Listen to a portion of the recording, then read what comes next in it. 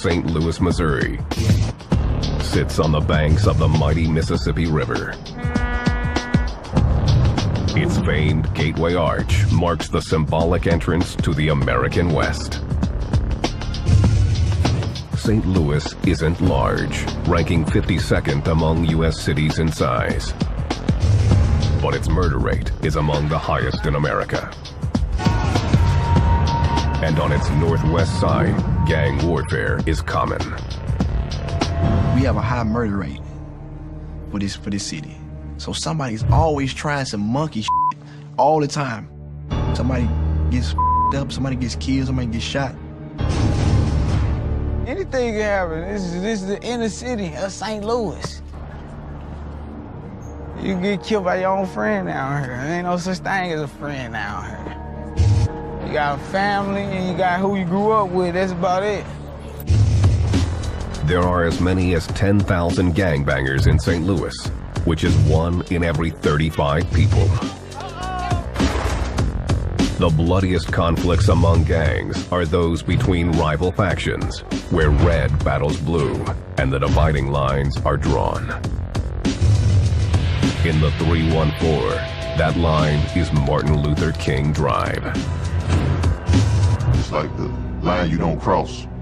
If you go into his backyard, then you in enemy territory, and he come across the alley to your backyard, they're in enemy territory.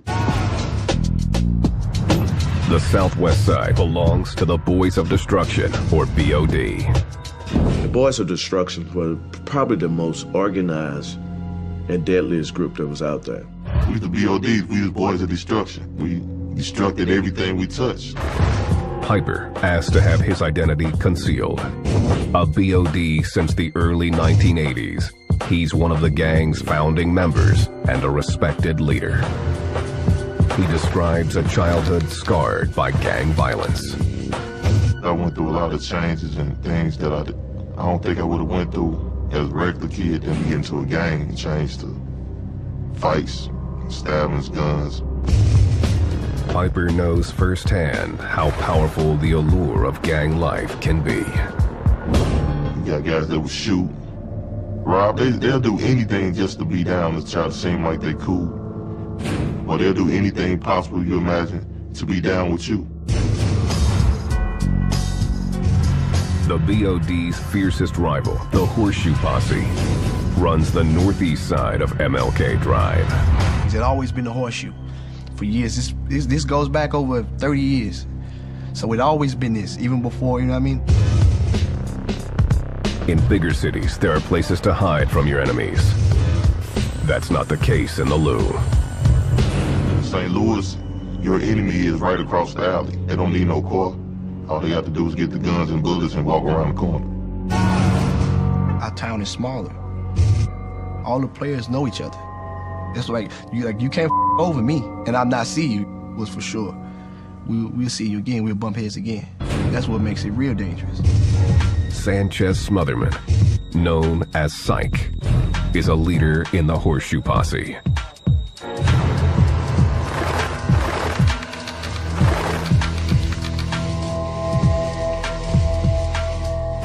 I've been questioned for murders.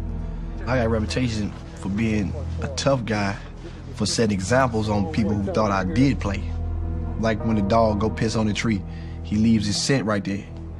So I was infamous for leaving my mark. Dead man's own, man. Don't come around here playing. You get killed around, you won't make it out of here. Sanchez was a major figure in Horseshoe Posse. He was one of the Horseshoe pushers. People that represent their block real tough, and they do whatever they have to do for their block. People know that he's from the Horseshoe. Them guys you shouldn't mess with. The Horseshoe is a loop formed by 3 one-way streets. Posse goes back to the cowboy days. I mean, like when they ride in town, the posse's coming. So for the simple fact that, you know, our street is shaped like a horseshoe, it's a group of dudes standing around this neighborhood and just stick the two together. But to unwelcome visitors, it's a dead end, especially for the Boys of Destruction. In this ruthless environment, the top dogs are known to all. The most notorious member of BOD? Dorsey Brandon, known simply by his first name.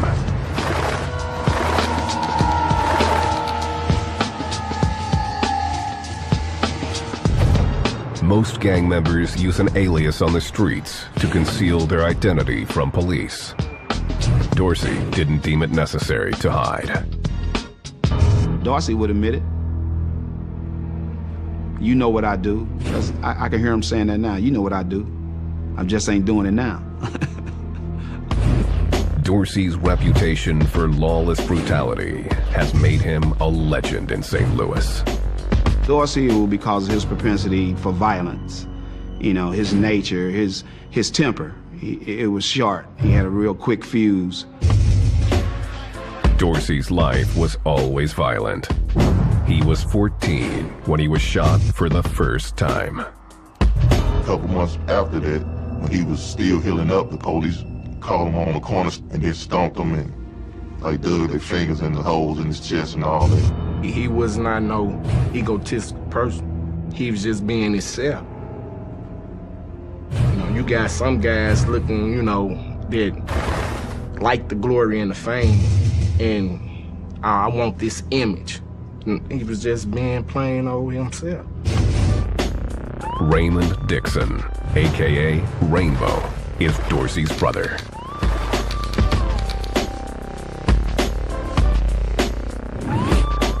The nickname came from the colorful striped shirts he liked to wear. Now he wears prison gray, thanks to the BODs. You know, I couldn't be nothing but in the midst of things. You know, this is my family. At 6'3", Dorsey towered over everyone, not just because he was tall. He was pick you up and slam you like, you know, get on, it's over with. You know, not to glorify it, but that was him, you know. To me, he was the craziest dude alive.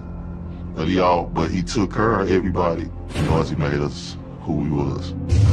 He was extreme, but to him, it probably, look, I'm protecting my loved ones. When Dorsey was hit, he would hit back. And it took one burst of gunfire for him to declare war on the Horseshoe Posse. October 1991. It was a warm night, and Dorsey was hanging out on a friend's front porch just a few blocks from the rival gang's turf. Suddenly, a car pulled up, and two men with 9mm opened fire. He was in the wrong place at the wrong time, on the wrong block. There's no telling what Dorsey gave them before that. Dorsey dove into his car as the shooters sprayed the vehicle with bullets. He was hit 7 times in the chest. Prayers went out, hoping we don't lose him. Dorsey survived, barely. It could have been just another drive-by shooting on the streets of St. Louis. Except for one thing, the shooters picked the wrong target. He was well known for using his weapon. He was a pretty quick with his gun and anger. Yeah, he had a temper. I didn't see him give many people passes when, you know, he had them down bad, like, don't let him go. Dorsey didn't know who had pulled the trigger, but he was ready to take out any Horseshoe Posse members he saw. The violence had escalated to an epidemic portion, and that's when everything exploded. Just the city was in chaos. It was crazy. People started going to jail, people started getting killed.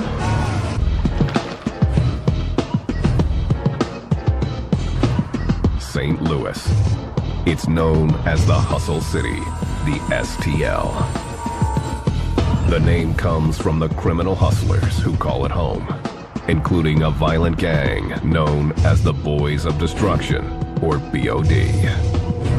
Anybody can get it. Anybody in there, anybody, everybody. Ain't no exclusion. Ain't no kids excluded, women. If you get caught in the middle of that, that's just it. Man, we ain't got a high murder rate for nothing. Do not, I repeat, do not come down here with that monkey shit, man. Your ass won't leave out of here. St. Louis used to be one of the shining jewels in the United States and was host to the 1904 Olympic Games. In the early part of the 20th century, St. Louis was one of the busiest ports on the Mississippi and the fourth largest city in the U.S. So prominent that it also hosted the World's Fair. As the city boomed, so did violent gangs. We had the Roach Guards and the Pug Uglies. And those were German and Polish gangs. And kind of strange that they identify with the red and blue too. There were also the Pillow Gang and Egan's Rats. These gangs held up dozens of banks in the early 20s, getting away with as much as $4 million. The proceeds paid for weapons that led to open gun battles in the streets of St. Louis. Following World War II, families left the inner city. Industries left, and the economy dried up. We had tons of manufacturing places, many places where people could make an honest, good buck and survive and pay house notes and buy cars and so on. But those industries dried up, and many who had those jobs kind of moved towards another community. The gateway city that once boasted 800,000 people now held just 350,000. So we've lost over 60% of our population. The middle class is gone. The loss of population, it created an environment that builds and cultivates the crime. The downtown area was hit especially hard as neighborhoods descended into poverty and drugs. Around the mid-70s, that was the introduction of heroin to our community. And when those guys began to distribute heroin, then the decline of the community really started. Dorsey Brandon was born into this chaotic environment in 1973. He was barely a teen in the mid-1980s when he joined a crew called the Boys of Destruction. In the beginning, the BODs were breakdancers whose only battles were about who broke the hardest. Piper, a BOD member, was one of Dorsey's best friends. Yeah, it was a competition. It was real competitive because the best breakdancers had the girls, and you walk around with your big boom boxes and ride through the neighborhood and just do your thing when you get there. You go and have a dance competition. I mean, it's like spinning on your heads and who can do the best hip-hop dances and stuff. And then, you know, everybody say, we're the best, and they growling about it. BOD sometimes took on other meanings. Brothers over death. At one time, they was saying brothers of Dorsey. You know, it get personal with certain individuals. The BODs often battled the Horseshoe Posse. The two gangs attended the same grade schools and played in the same parks. We all click-clack together, so to speak. Just like a bullet going into the shell. It fits, everything fits together, and you hear the sound. Clack, clack. That's, everything's together. Despite the occasional fistfight, the gangs showed each other respect. You just go to same clubs together. You know, everybody was associated.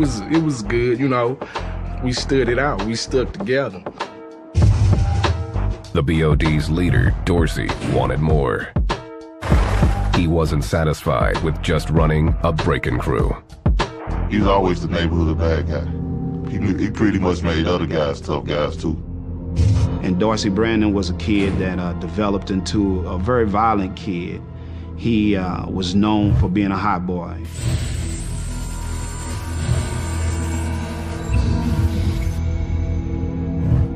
he was respectful to the police, but he would cause havoc on the street with the citizens and other rival gang members. You know, he could be notorious with enemy gang members. By 1986, Dorsey saw an opportunity to start making green. The country's crack cocaine epidemic had hit the 314 hard, and Dorsey led his crew into the drug dealing business. Almost immediately, they started living up to their destructive name. The Boys of the Destruction at that time were clearly very organized and very deadly, and they were very violent. You got people that usually didn't have nothing growing up, but when the crack came, they had something. So it kind of put an unbalance in everything, and everything just went chaos. Dorsey's younger brother, Rainbow, was happy to follow his brother's lead. There from day one, you know, I just wanted to follow in my brother's footsteps. BOD soon began to attract national attention. The super gangs in LA started keeping tabs on St. Louis as the drug business there became more profitable. Say, for instance, California, a kilo of cocaine was going for $12,000. By coming to St. Louis, you can automate that same kilo's worth $30,000. The LA gangs wanted a piece of the action. Then, street by street, they supplied drugs to the locals who ruled those corners, including the BOD. This new gang culture exploded in April 1988, when the gang-banging movie Colors hit theaters. Its depiction of LA's warring Crips and Bloods inspired local gangs to take up sides. It hit St. Louis like a windstorm, a snowstorm, a blizzard out of nowhere. Overnight, different neighborhood groups that already existed were adopting Crip and Blood identities. Everybody trying to claim and be the man. Everybody want to be the toughest gang member, Crip and Blood that it was. And stuff just got crazy. BOD and the Horseshoe Posse decided to be Bloods, until Dorsey discovered he didn't have enough enemies.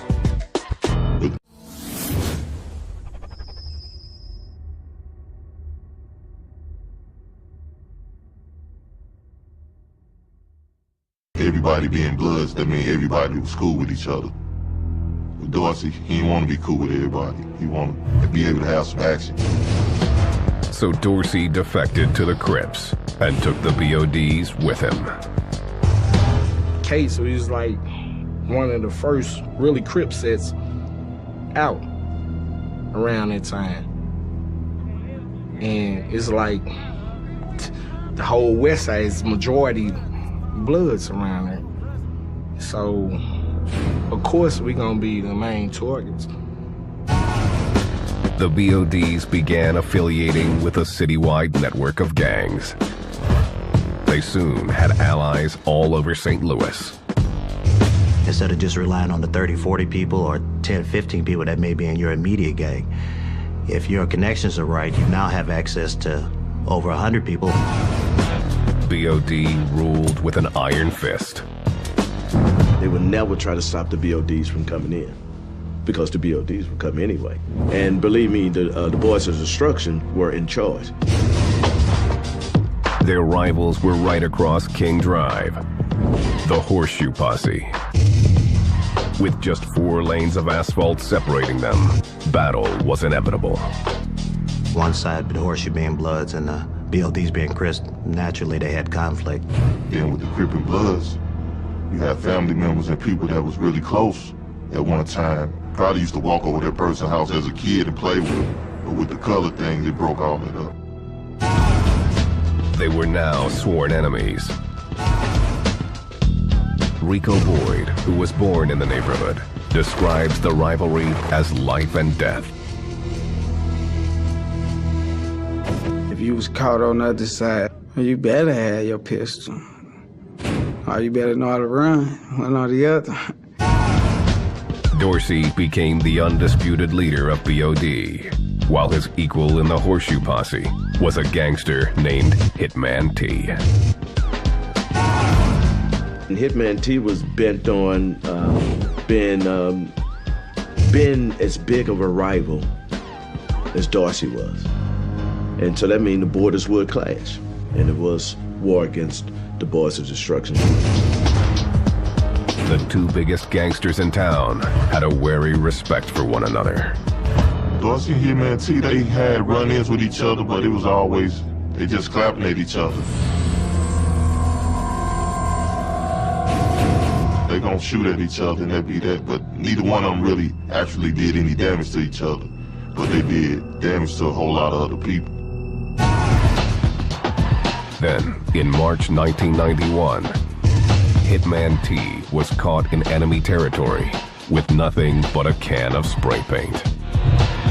He got caught one morning spray painting, and some guys drug him in his alley, but he can only fight him so long until somebody came running down the alley with a shotgun, and they shotgunned him. Hitman T's funeral almost became a riot when the angry gangs confronted each other. Police quickly stepped in and broke up the fight, but tensions remained high. The ultimate disrespect occurred after the funeral, when Dorsey is said to have dug up his rival's body. They pry the casket open, put the body in the car with a smell like that, drive it over to the mother's house and throw it on the porch, all that. I really can't confirm that. That could be a touchy subject for somebody in this man's family. Dorsey and the BODs were now firmly on top. The streets of St. Louis were running with blood, and no end was in sight. You got some guys that just love the action. They don't want money, they don't want the fame, they just want to hurt something.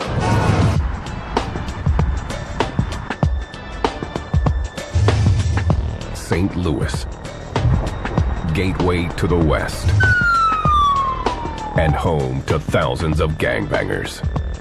Our area is more dangerous because the poverty level is so high. The shootings, the murders, the gang activity, I mean, that all goes with that. People get hurt. The city's most notorious gang is the Boys of Destruction. When members of the Boys of Destruction went places, people knew who they were, and they were afforded the fear. Because if you mess with them, you were messing with a violent entity. If you get caught in the middle of that, that's just it.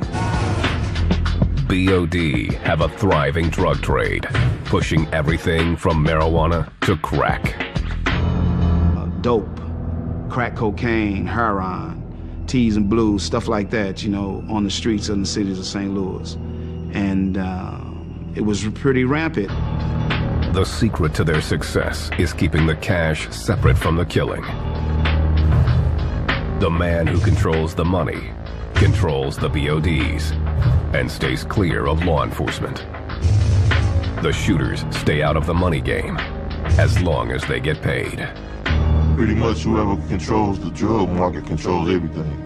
People up under him gonna protect him to make sure that they eat. The shooters often come in the form of young gang prospects who are trying to make a name for themselves. You got guys that will shoot, rob, they'll do anything just to be down and try to seem like they cool. You got your crash test dummies. You want him to go shoot a guy around the corner, he'll go do it. He pretty much a dummy because he's not getting nothing out of the situation but getting used. The crash test dummies pretty much always just end up crashed. He stop a car, and the youngest individual, he's the one that's going to claim ownership to the gun. And he's willing to do and sacrifice his own life or his own freedom for the gang. The Boys of Destruction wear blue. Their arch rivals, the Horseshoe Posse, wear red. The tradition started in 1988 after the movie Colors brought the thug life into the mainstream. The writing on the walls marks each gang's territory. The graffiti is like the ghetto newspaper. It tells people what's going on, who's shooting who. If I put BOD on the wall and I put a K behind it, that means I'm a BOD killer. If I put Horseshoe Posse on the wall and I put a K behind it, that means I'm a Horseshoe Posse killer. Those same letters, nicknames, and symbols show up in the gang's ink. That's how we identify members. They don't know their name, and we identify them by their street name relative to their tattoos. One popular stamp incorporates the most famous symbol of St. Louis. They may have the arch tattooed on their arm and then have numbers on one side of the arch leg. I feel like this, man, either respect it or check it, dog. You hear me? Goddamn man, the police. Rico's tattoos reflect a life filled with bloodshed. My cousin died in 05 in Baden on the north side of St. Louis. Got 2 shots to the head. This is his big brother. He got killed in 07. The gang also represents with hand signals. This is a B, O, and a D. Stacking. That's what they used to call it, stacking. They used to have little dances with it and stuff. In the 314, even the lid you wear means something. The BODs represent with the St. Louis Blues gear. The Horseshoe Posse wear the Indianapolis Colts gear. That's the old traditional way of doing things. Like our hats identify our neighborhood. All the players know what this hat means. In the 1990s, wearing the wrong hat in the BOD's hood was putting your life on the line. Syke learned that lesson the hard way. We on our way to see these girls down in the BOD neighborhood. We get jacked for the damn hats, man. By the damn BODs. Syke quickly retaliated, grabbing a gun and hunting down his attackers. And they knew it was me. I used to wear a red ski mask. I had a lowrider, gray lowrider. I used to wear a red ski mask, drive around her. Syke won't reveal what happened, but he admits that the BODs took revenge, ambushing him outside the Horseshoe. Syke was pinned in, with no escape. And I'm backed up in traffic, dropping this damn girl off. And some cats run out this alley. The BODs run out this alley. Man, they try to gun my car up, man. The BODs opened fire, but Syke managed to get away. Syke gives credit to his attackers, whom he suspects he knows. It was a perfect plot. I give it to him. It was real strategic of him. Whoever put that down, I think that was Rainbow. We had our differences. They clique shooting at each other, and people from our clique shooting at each other. People being rivals is no telling what one would go to the extent to do to get rid of the other. That was especially true when it came to Dorsey, whose main mission was maintaining his power. It's like drive by every night, non-stop. That was it.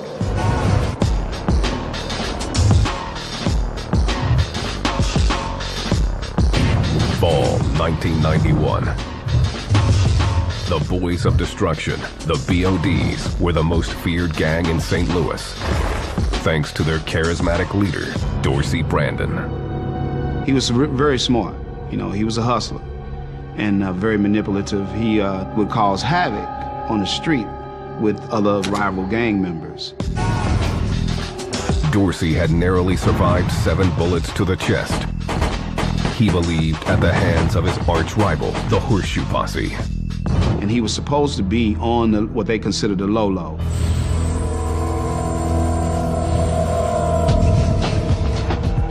Dorsey wasn't about to lay low. He needed to restore his reputation as the toughest gangster in Hustle City.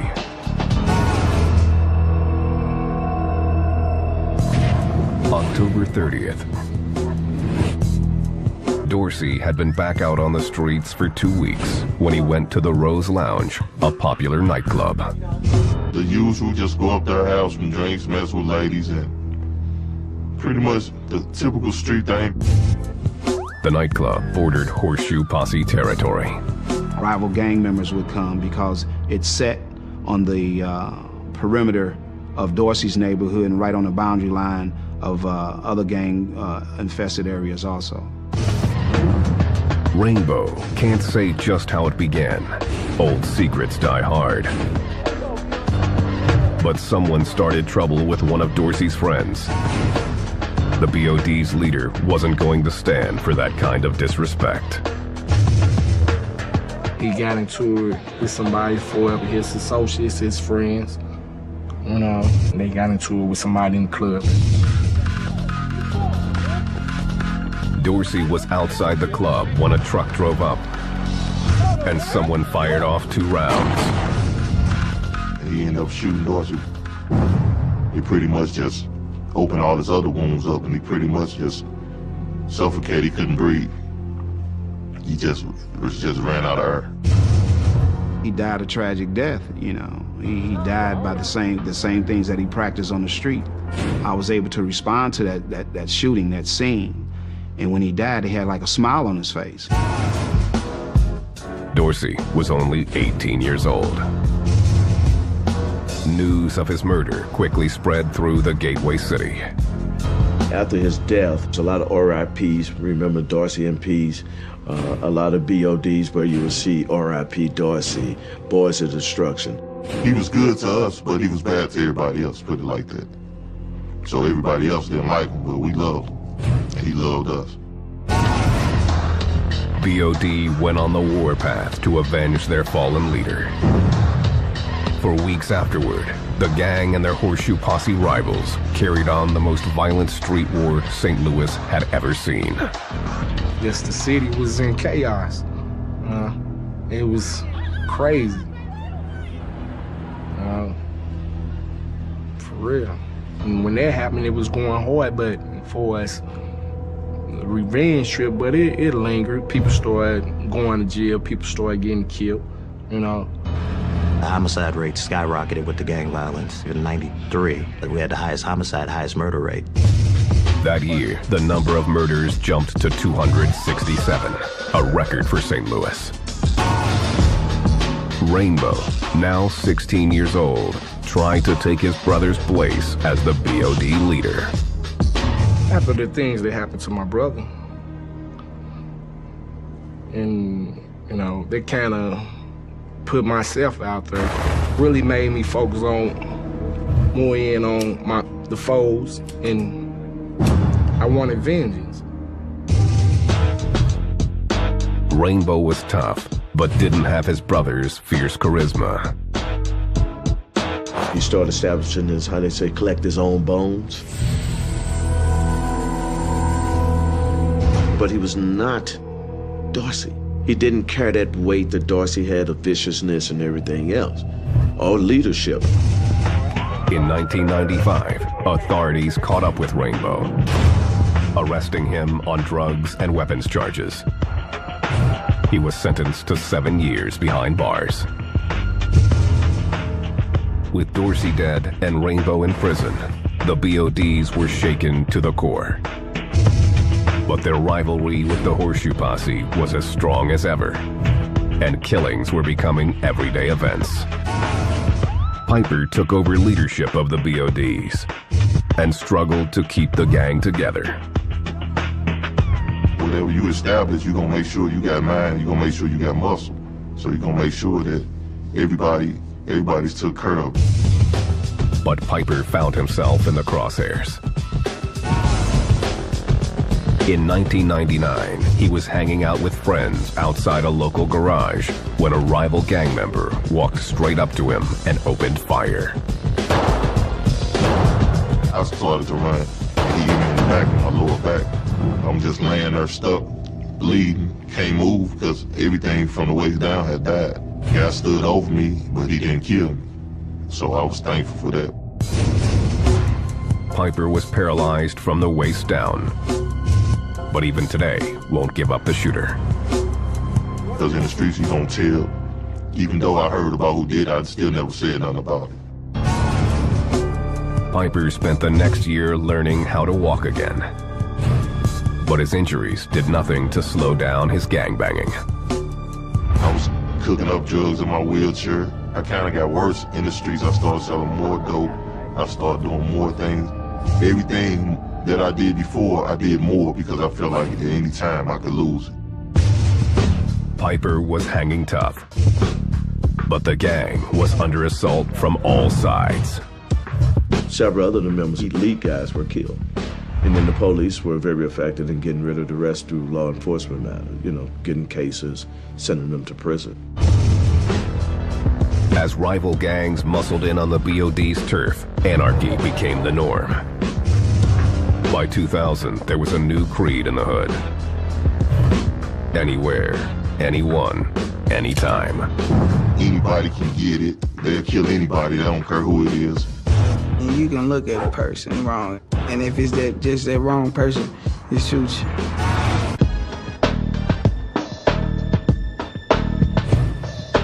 The Boys of Destruction were a headless snake with no real leader. And the St. Louis gang war was increasingly chaotic and violent.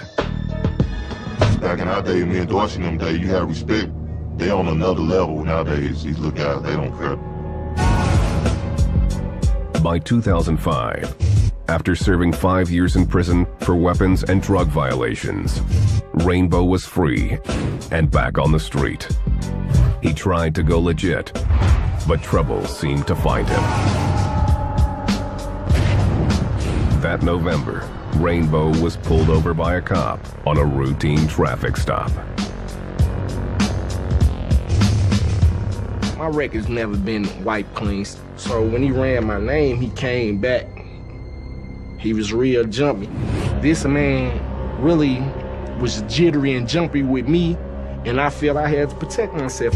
Got to tussling and fighting. And he got to going for his gun. I wasn't finna let him get his gun. Rainbow severely beat the officer, stopping only when he was physically pulled off the cop. Rainbow fled and was on the lam for 2 days before turning himself in. He was sentenced to another 15 years in prison for assaulting a police officer.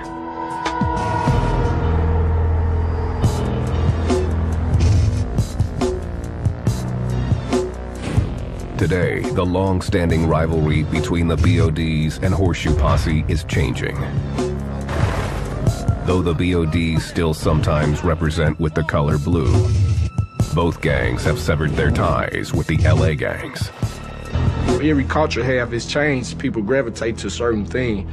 But I look back on it now, it's a bunch of, that was stupid. That was just the way of life then. Instead of shooting it out, they play by new rules. Red and blue make green. He makes money, I'm making money. We on the same page, we gonna click up. You might do see a BOD or a Horseshoe doing business. I mean, their favorite color might be red or blue, but they love green. Money. Rule of all the evil. The gangs that now work together to deal drugs are also coming together to use. Guys that's on the dog food, they pretty much respect each other when they see each other at the Heroin Hospital because they need to get a fix. Now if they catch each other later on around the block, then it'll probably be a different story. A lot of guys who can be shooting at each other during the day, they may be sharing the same needle at night. There's really no rhyme or reason to it. You see them on the same street. One of them got a blue bandana on his head. One of them got a red bandana on his head. They stand out drinking and getting high. So it can't be about the red and blue. The breakdown of the old rivalry means the streets are even more chaotic. The new generation of BODs roll with no conscience. It's cutthroat. It's crazy. It's war zone. As St. Louis works to rebuild its old neighborhoods, BOD territories are disappearing. I remember that whole corner was street was full of houses. You can imagine how many people was out here. The majority was boarded up. See them vacant lots. The battle lines are being redrawn with a vengeance. I understand that even though they may be losing their identity, they're still out there. Young people doing shootings and killing each other. The gang members here, as far as loyalty is concerned, it doesn't go deep at all. There have been incidents where we believe that fellow gang members have killed each other. Piper often visits his old neighborhood, and with the help of a federal probation program, is trying to stay sober and complete job training. I don't feel bad about the stuff I did. I hate it that now that I'm older, when I see what I did selling drugs, it was hurting my own people. I understand that now. But at the time, it was just survival.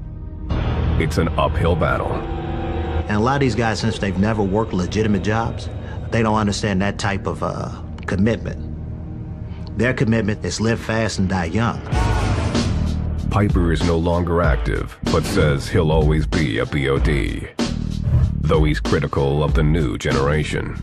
Still got the younger guys that pretty much call themselves boys of destruction, but they don't really have no respect for nothing.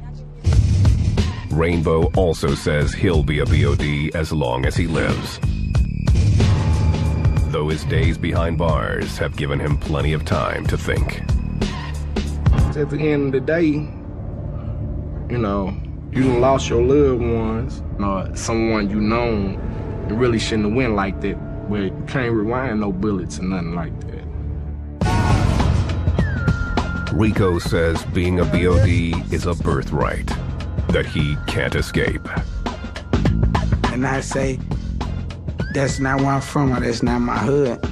That's like saying, oh, my brother's not my brother, or my family not my family.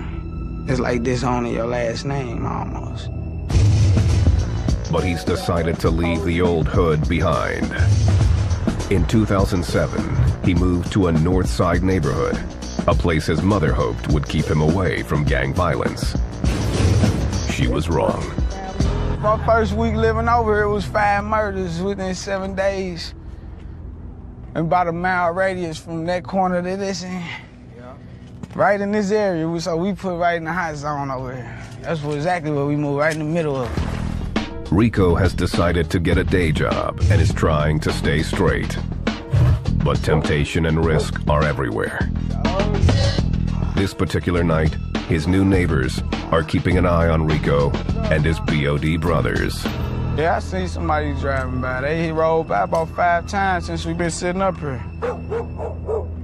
Gotta keep it up, boy. Where them guys at, man? Watching for the man. We gotta be easy out here, boys. Stay on them tip tops. Yeah, they try to catch you slipping. It's been this way in the hustle city for decades. And there's no sign that the bloodshed